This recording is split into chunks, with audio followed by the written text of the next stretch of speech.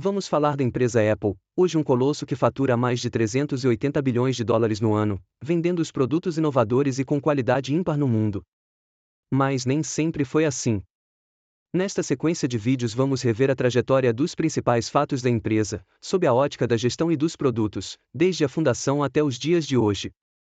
Steve Jobs e Steve Wozniak se conheceram no início da década de 1970 na empresa HP, onde Wozniak era funcionário e Jobs costumava participar de treinamentos.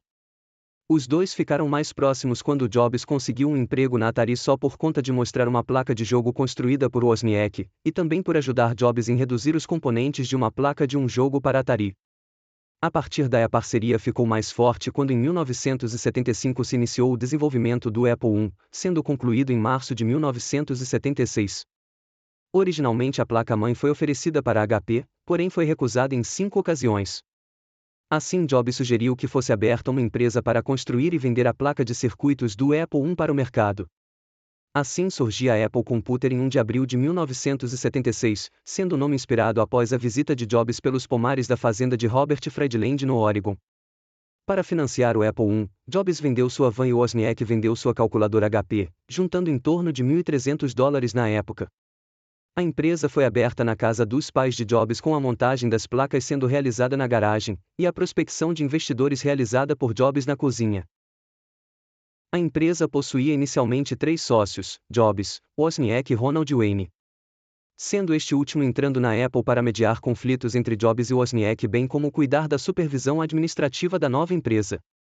12 dias depois ele vendeu sua participação de volta para os 2 sócios. Os motivos para isso foram que, como se tratava de uma empresa recém-fundada e não testada, caso não desse certo, o patrimônio pessoal dos sócios seria utilizado para saldar as dívidas, sendo que Wayne seria o mais impactado já que possuía o maior patrimônio de anos de trabalho na indústria eletrônica americana. Após vender 200 computadores por pouco mais de $600 cada na época, a empresa conseguiu um aporte financeiro em janeiro de 1977 de $80 mil do investidor anjo Mike Markula. Com a ajuda dele, além disso, foi possível garantir uma linha de crédito de $250 mil do Bank of America, garantindo uma participação de 33% para Markula. Este recurso teria destino para financiar o desenvolvimento do computador Apple II.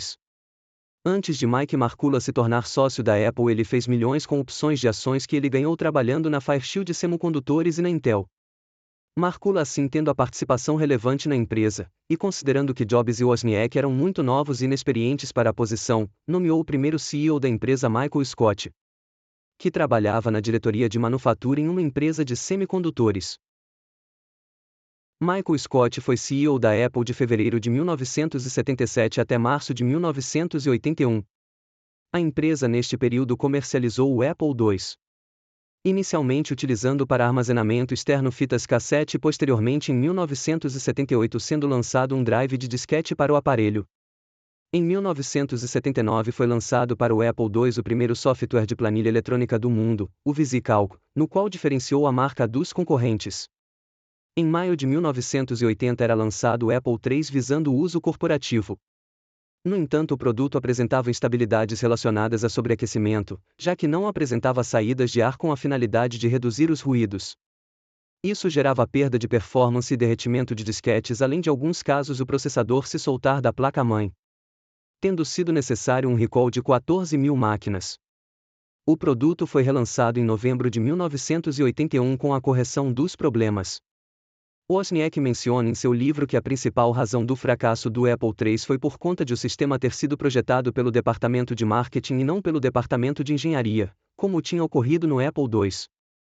Em dezembro de 1980 a Apple fez seu IPO na Nasdaq emitindo 4,6 milhões de ações a $22 por ação, gerando no total $100 milhões, na época um recorde maior que o último IPO da Ford Motor Company em 1956. O capital gerado se destinou à utilização como capital de giro, liquidar dívidas de curto prazo e para investimentos gerais na empresa. Em fevereiro de 1981, o CEO Michael Scott demitiu 40 empregados, incluindo metade do time de desenvolvimento do Apple II, entendendo que eram pessoas redundantes. Jobs, não gostando do ocorrido, convenceu o comitê de administração a trocar a posição dele para vice-presidente do conselho. Posteriormente, em julho de 1981, ele se desligou da empresa, sendo substituído por Mike Markula, a pessoa que trouxe Michael Scott para a Apple. Markula ficou como CEO da Apple até 1983.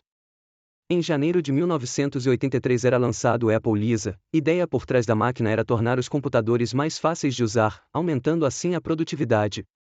A origem do nome Lisa vem do nome da filha de Jobs. Apesar de seu caráter revolucionário e muito tecnológico para a época, o Lisa foi um enorme fracasso comercial para a Apple.